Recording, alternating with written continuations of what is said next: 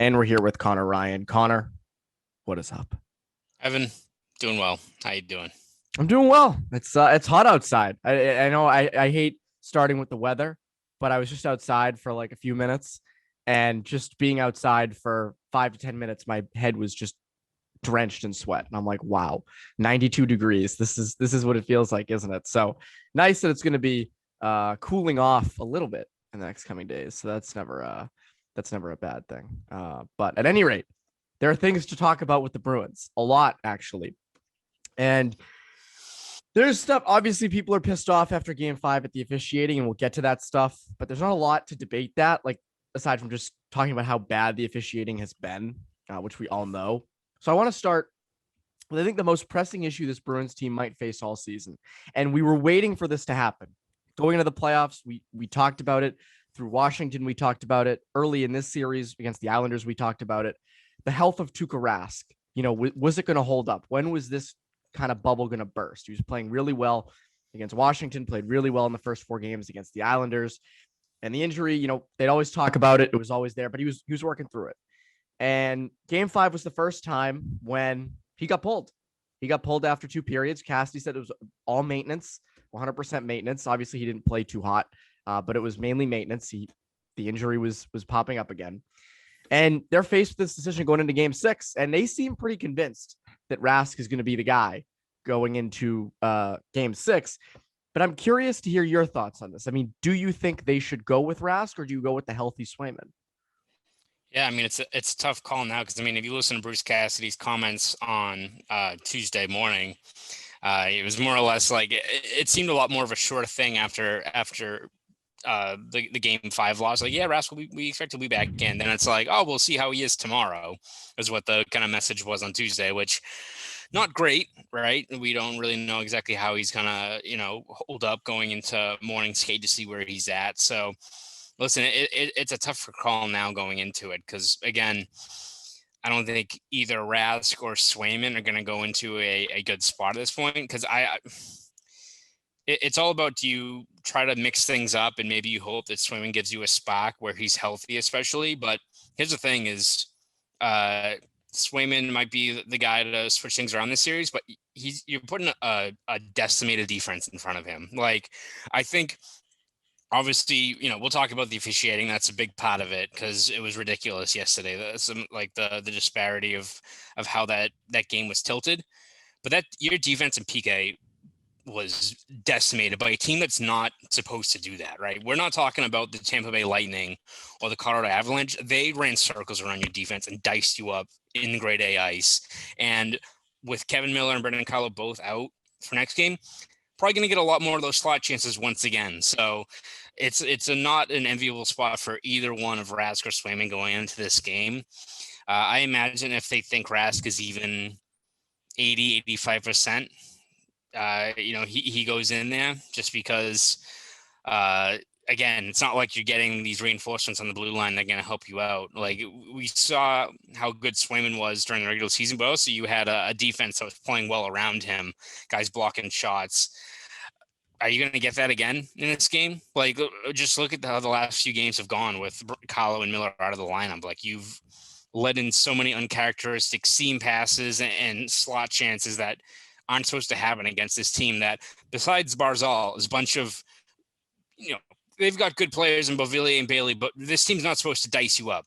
It's unacceptable the way the last few games have gone. So you're kind of damned if you do, damned if you don't, especially with the Rask narrative, right? Because regardless of how this series plays out, Rask isn't going to win, right? It's going to be he's either playing hurt and hurt his team by doing that, or if he's hurt enough that Swayman steps in and is better, then Rask gave up again. So it's a losing scenario any way you put it. Like, this Game 5 has tilted so much in terms of the narrative of the series and the long-term outlook of how this series is going to go, especially with the injuries, that whichever way you dice up how they go, you can't really feel good about how the team's looking right now. No, this does not feel like a change in the Rask narrative. That's for sure. I mean, I also just think, again, like, you look at the high danger chances the Islanders are getting, the point blank chances they're getting, and that comes from like just horrendous defense in front. I mean, Mike Riley has had some really tough games, the past few ones, covering his guys in front. And you can go down the list of guys after Grzelcyk and McAvoy. It's a big drop off right now. It's a big drop off. And again, like you have Brandon Carlo and Kevin Miller there. Things change. They're guys you don't have to play. You've the Carlo matchups, which always favor you. That helped you get to the 2019 Stanley Cup final. So to me, I'm on the fence because it's tough when you think about it, because obviously you want Tuukka Rask in there. That's your guy. You want him in there 100% of the time, feeling 100%. But the issue is, how bad is this injury? And we'll never really know until after the season ends, when everything gets, right, pretty much released. Like, hey, he was dealing with this, and this. We know kind of what it is. We don't really know how bad it is because he's been playing through it. But I get the bad defense in front, but if they're going to be those point blank chances, Rask didn't look too good against those point blank chances in Game 5. And you have to wonder, is a healthier, younger Swayman going to be better with those point blank chances with the porous defense in front of him? It's a question you have to ask. And I don't think it's totally far-fetched to say Swayman should start Game 6, just given that, especially if you win Game 6 and Rask gets an extra couple days to be healthier for Game 7, maybe you do that. Then I guess if Swayman wins that game, then it's like, well, maybe he has to start Game 7 too. It's a horrendous position for a coach to be in. And I think, and again, obviously you're going to hear a lot of opinions over the next 24 hours on who should start. I don't think it's far-fetched to say Swayman should start. I don't think that's like a crazy thing to do. I don't think if someone says that they're anti-Rask. And I think that it's tough because, again, we all want to see Rask carry this team. Like, we're waiting for it, and he has twice. He's been let down by bad defense and bad offense in front of him twice now. But I just think that the Swayman thing, it's intriguing. It's intriguing because some of the, again, I noticed this in warmups in Game 5. Rask looked a little slower than he normally does. And I know obviously it's warmups, it's not everything, but just slow. And you just, see the glove move, the high glove with the Barzal goal, that was a little slow. And you just wonder, do you want him in for Game 6 if he's not even near 100%, because he didn't look 100% last night? And so I think it is, difficult decision, and we'll see what they end up doing with that. You hit the defensive point, which I wanted to hit after. It is incredible. And this is a great example of a team, or of why you can never have enough defensemen. And, it's really unfortunate in this situation that your depth are young, even younger, more inexperienced players. Like, let's say you don't like Lauzon's game. We were saying this last week. Are you going to put in Zaboral or Vakanainen? Do you not like Connor Clifton's game? Okay, well, you have no one on the right side that can come in and step in. You have no right shot defenseman. So what changes?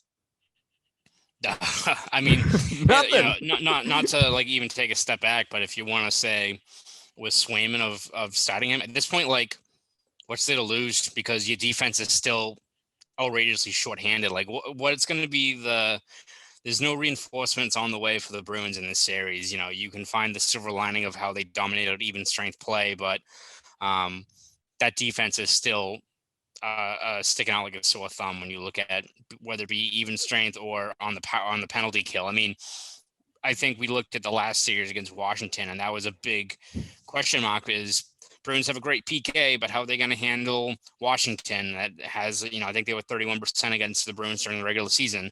And that was a turning point in the series. The Capitals didn't get much of anything in that series on the power play. Going to this series against New York, which I think is 20th in the league in power play in the regular season. You'd think the 70s Soviet Union teams are out there. I mean, like, but it's one that they look just overmatched, but also goals that are just far too easy. Steam passes, getting through guys, unchecked in the slot. You're missing those net front options, those guys that can clear out bodies, that are staying in front of the goalie, blocking shots in Miller and Carlo. And it's been noticeable right now. I mean, you look at this team and guys like, Lauzon get pressed in, who have done PK work before, but when your PK has, Connor Clifton or Matt Grzelcyk out there on PK, that's not what you want in terms of personnel, right? Like, you make do with what you have, but that's not the group you want to have out there in terms of negating a power play that during a regular postseason, during a series like this, we mapped it out. The Bruins should be, clearing most of these chances against the Islanders. The Islanders are at their best when they're grinding teams down, getting timely scoring. They're not supposed to be like landing multiple haymakers on the power play. That's not how this series is supposed to go.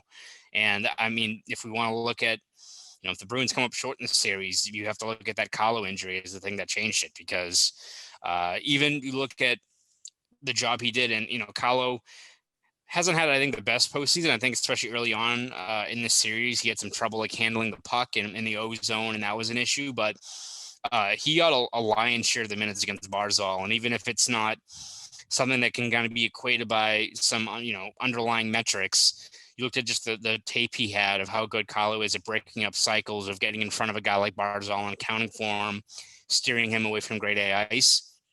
You lost that, and now Barzal's heating up, and the grade A ice is over now for this team, and they're burying their chances. Like, Islanders know how to get their timely scoring. Like, I mean, give credit to them how they executed in this series, but you look at the state of this defense, and you don't have a guy that can step in that gives you like, all right, like here's a breath of fresh air. Like even like a Camphor we don't have, who would have been, I think, key in this series of just a stabilizing force.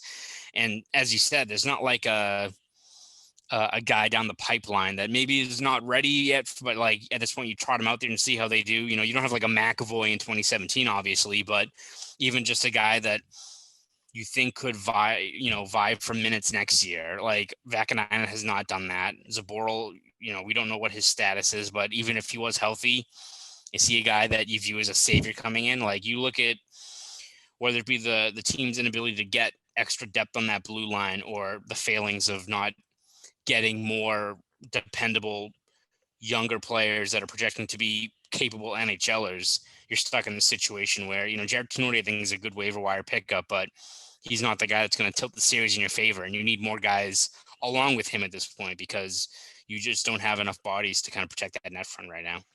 Just to go back to the Swayman thing, because I just thought of this. When you really think about it, if the Bruins put in Swayman and lose, they can always bank on Rask was too injured to play. And not many people are going to say, well, if Rask was in there, it would have been totally different because he was injured. But if Rask goes in and is injured and it doesn't play well, and the Bruins lose 4-2 or something along those lines, we'll always kind of wonder, well, how would Swayman have done in that situation? What would Swayman have done in that situation? Would it have been better? Would he have played better? Just, it's questions you ask. And obviously they're not coaching for those questions to be answered and asked. They don't care. But it is an interesting point of like, if Rask goes in injured and they lose, you'll always kind of wonder, hey, maybe if Swayman went in, it'd be different. So that kind of is like I think that's the biggest, maybe storyline of the year, because it's what their season kind of rests on, which is not what we expected the season to be resting on early in the season. But obviously as time went on, we knew this would happen at some point. Unfortunately, though, it's much earlier than most expected. And on the defense, yeah, I mean, you need more depth. You need to get more depth next year. You need some right shot defenders.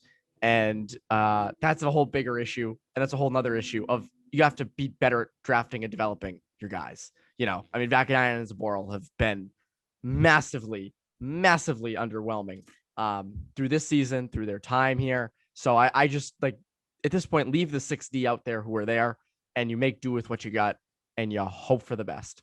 And it's crazy because even if they beat this Islanders team, even if they find a way to do it, which I have doubts that they will, I said this to you last night, the series kind of feels over, but you're going to go face Tampa with this defense.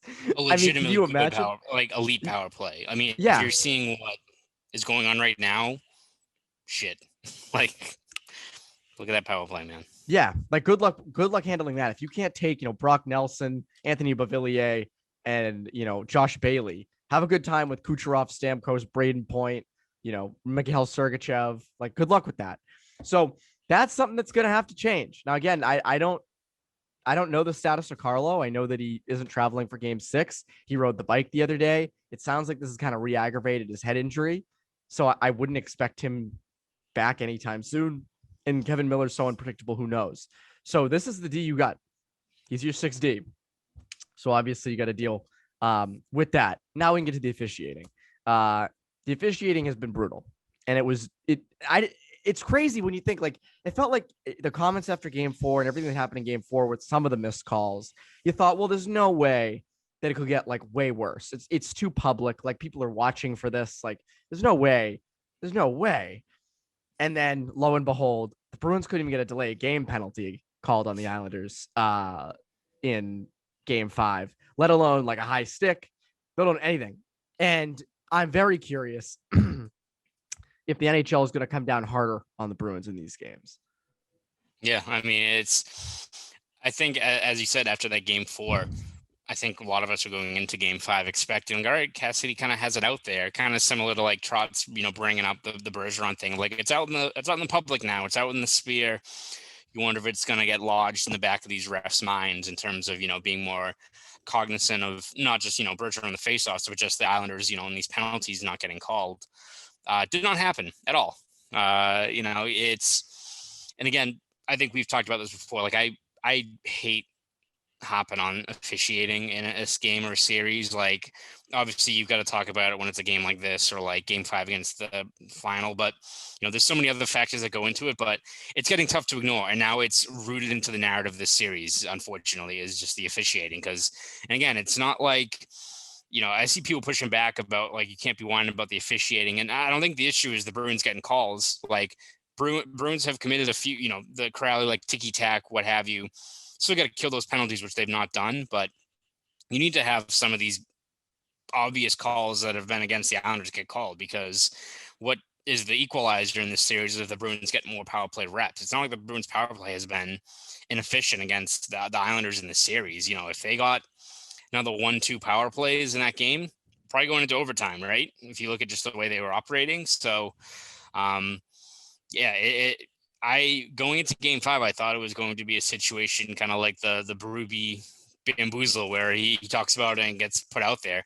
Now we'll see what happens. I mean, if, Cassidy's comments that warranted a $25,000 fine, if that's not going to get the refs' attention, are they going to just be like, all right, well, we're flipping the bird at the Bruins and you want to complain about it? Like, all right, are they gonna be the cop from the town when like they pull up and he sees them and turns his head around, like, or is it gonna be more cognizant of it? Because it's not like these are ticky tack infractions that they're missing. Like, it's one thing if you see a guy get interference or what have you. If it's a high stick, usually you tend to notice that. It's a pretty egregious thing to notice on the ice that are not getting called or delay a game or what have you. So. Yeah, again, it's like when you deal with the NHL, how they handle suspensions, where you spin the wheel. Who knows what the refs are going to call on this one? Like, you would imagine, considering the narrative around it, that it's going to be called tighter, but I think we were probably expecting that going into game 5, and it turned out to be an absolute shitstorm. So, by the way, if you hear anything in the background, I don't know if you can hear this, Connor. They're mowing the lawn outside. So if there's any loud, like weird noises, it's the lawnmower. So gotcha. I don't. Maybe you guys can't hear it. I have no idea. But you're really playing like house music in like the room next or something. But like when I was up at school, in Framingham, yeah. Or when I was up at school, friends would be playing stuff on the speakers downstairs. I'm like, guys, shut up. But yeah, I mean, and I also a little respect to the Bruins on this for this. They don't flop, or they haven't been flopping. Like Craig Smith gets that high stick to the face. He doesn't do the, the old, like, and people can watch this on YouTube. They can see me jut back like that. But that's like, they don't do that. And Cassidy even said after the game, we could do that, but that's not us. Mm-hmm. Yeah. So is that the only way the refs are going to see it? Well, it's the whole thing. Maybe you have to. I mean, this is the thing. Like we talk about, these teams that flop and what have you. And the optics of it great for hockey to be like flopping and selling calls? No, of course not. But I don't know. Ask the 2019 Blues or the Lightning if they give a fuck about the optics when they look at the bottom line. Do they care? Do the flopping make their championship DVDs? No, it's them like burying power play goals. They don't give a shit. So that's what you got to do. It's true. I mean, it's unfortunate that you'd have to resort to that of doing that, and you get the discourse and like other fans complaining about it of selling calls. But ask Tampa if they regret getting all those power plays and burying them and decimating the Hurricanes. Look at the Blues. Like it's not great, and that's probably more of an indictment on the league of how they're officiating these things, that you have to resort to these teams that want to play through it, having to like adapt that part of it to the game just to get power play reps. But you got to do something, because right now playing through it and doing it is why you're in a 3-2 hole in a war of attrition, where even if you get through this series, you're not equipped to face Tampa the next round. This is what this is what you're dealt with. And that's only going to be more flopping with Tampa. So, Yep. yeah, I mean, maybe you're right. Maybe they got to flop. Maybe, and it's embarrassing. I hate flopping. I hate it. It's the worst. Just keep playing. But even like when you think about it, and this wasn't really flopping, but when Nola Chari got tripped in Game 5, which was almost a year ago, 2 years Monday night, 2 years ago, yeah, a year ago, nothing was happening, but 2 years ago, but you remember he was on the ice for a while after the trip, and I think he was legit. Didn't the concussion spotter like actually like take him out of the game, if I remember correctly? I want to say so. Yeah, he had to get looked at. I mean, he like cracked his head off the ice. So yeah, so it wasn't. You hope that the concussion sort of saw him. Well, remember that time the concussion spotter took Marchand out of a game? He was that a year or two ago? Yeah. So I think that was eating cheeseburgers on the 9th floor. He wasn't paying attention. Yeah. See, these players got to realize that the food up there is not what they think it is. It's not like this crazy snack bar. Even when back in the day, the food up there was like candy, popcorn, and soda, and like some pastries. It wasn't like I would take a cheeser. I would take like the protein over like just the watermelon gummies. Listen, 100%. I have nothing against the candy, but like it adds up, man. Maybe 2-game season. Could be careful. Oh, I agree. I would much rather have like protein up there and like things that are kind of good for you, or at least better than watermelon Sour Patch gummies. But yeah, even Achari, when he fell, I felt like was on the ice for too long, but even he kind of sold it to officials. Like, I'm surprised no one said, oh, he's on the ice for so long. He got tripped, penalty, but none of that. There was none of that. So it's so hit or miss with the flops, and it's something you just never want to see. It's so annoying when your team is the one flopping, and it's like, damn, gotta watch this now. But you're right, it creates power plays. Another area of deficiency for this Bruins team is the bottom six, and this has been talked about quite a bit.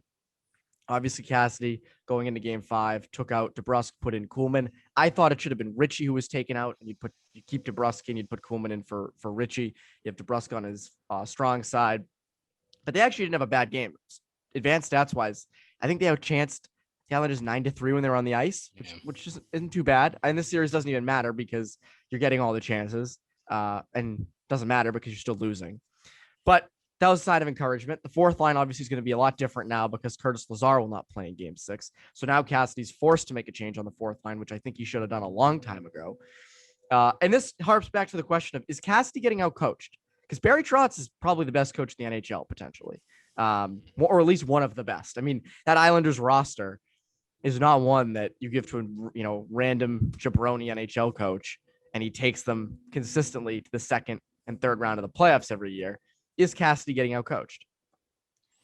I mean, I think if you look at the gamesmanship angle of it so far, it's worked out splendidly for Trotz in terms of the Bergeron and some of those other things. And I think it hasn't been a particularly great series. I mean, you look at them trying to get back from that 1-goal deficit earlier in this series where you had the Corrali line out for 2 minutes in the winding minutes of the game. And it's like, all right, at that point, it's top 6 all the way, right? You roll out as many of those guys as you can. So far, I mean, it hasn't exactly worked out well. I mean, as you said, Trotz is, as advertised, is a great coach who has a tough system and gets the most out of his players. And so far, you haven't seen that. Now, again, some of that, as it is with every criticism of a coach, falls on the players, right? You've got the pieces you're dealt with. You've got this decor that should have had more depth on it. You can't, prepare for a bottom 6 where you've got a guy like DeBrusk who's fallen off the map, a guy like Ritchie who hasn't been effective, so it's tough when it comes to assessing the coach when you got those pieces that aren't playing well either. But I look at more or less like those games earlier in the series, like where you could have stepped on their throat, whether it's the not going to the Bergeron line in crunch time quick enough or what have you. That again, you when it comes to the end of a series and you have to do the dissecting the series and what went wrong, it's always the little things you look at. I mean, how it would have changed if Flozon didn't make that miscue in Game 2 where they'd be at up 2-0 or what have you. So there's a whole bunch of stuff that can go haywire in a series, but you look at, I think from the coaching perspective, I think Trotz is the better of them so far. We'll see if Cassidy's outburst and being a little bit lighter in the wallet maybe helps them out, and they get if they get out of Game 6 and they've got 5 power plays and score on 3 of them, then we look at it at a different angle. But for right now, I think so far the Trotz is been as advertised in terms of how he is as a coach and, you know, how he gets the most out of his players. Because I think multiple lines are rolling on that Islanders team right now. It's not like it's just Barzal leading the way, or even the killer B line, as they call it. You know, they've got Pajot, the fourth line, all those guys are making their identity line. Yeah, identity line, of course. Hey, by the way, we always hope for news to break while we're recording. We do have some news that just broke. It's not that big a deal, but it is news. Yes. Bruins news. 7:30 p.m. Game 7 is supposed to be the start time. So 7:30 on Friday night. If there's a Game 7, that'll be when it starts. 7:30 p.m. So yeah, big news, huge news. I think we all expected it to be around that time anyway. So I don't think I don't think that's a huge. It's not like 4 p.m. Or it'd be awesome if they like had a typo and it was like 7:30 a.m. Yes, I think it was Spoke Z. I want to say I had a tweet, I think, for the start time for Game 6. I want to say, and it switched it to a.m. And like I looked at it and I thought for a second that I wrote it.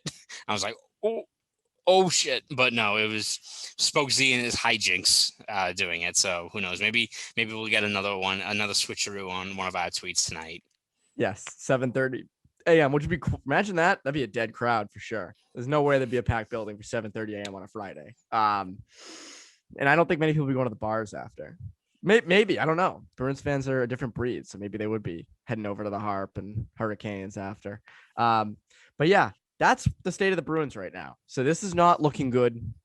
I don't have full faith this team can come back. And again, it's your health in net and your health on the back end. Like if they had their roster from when they started the playoffs and you gave everybody 100 health, they would beat the Islanders in 5 to 6 games, like we said they would. But they don't have that. And that's part of the playoffs. And that's the hand you're dealt. And you're also dealt crap officials and crap officiating, which always hurts things in the end. Connor, before you go, is there anything that you would like to plug?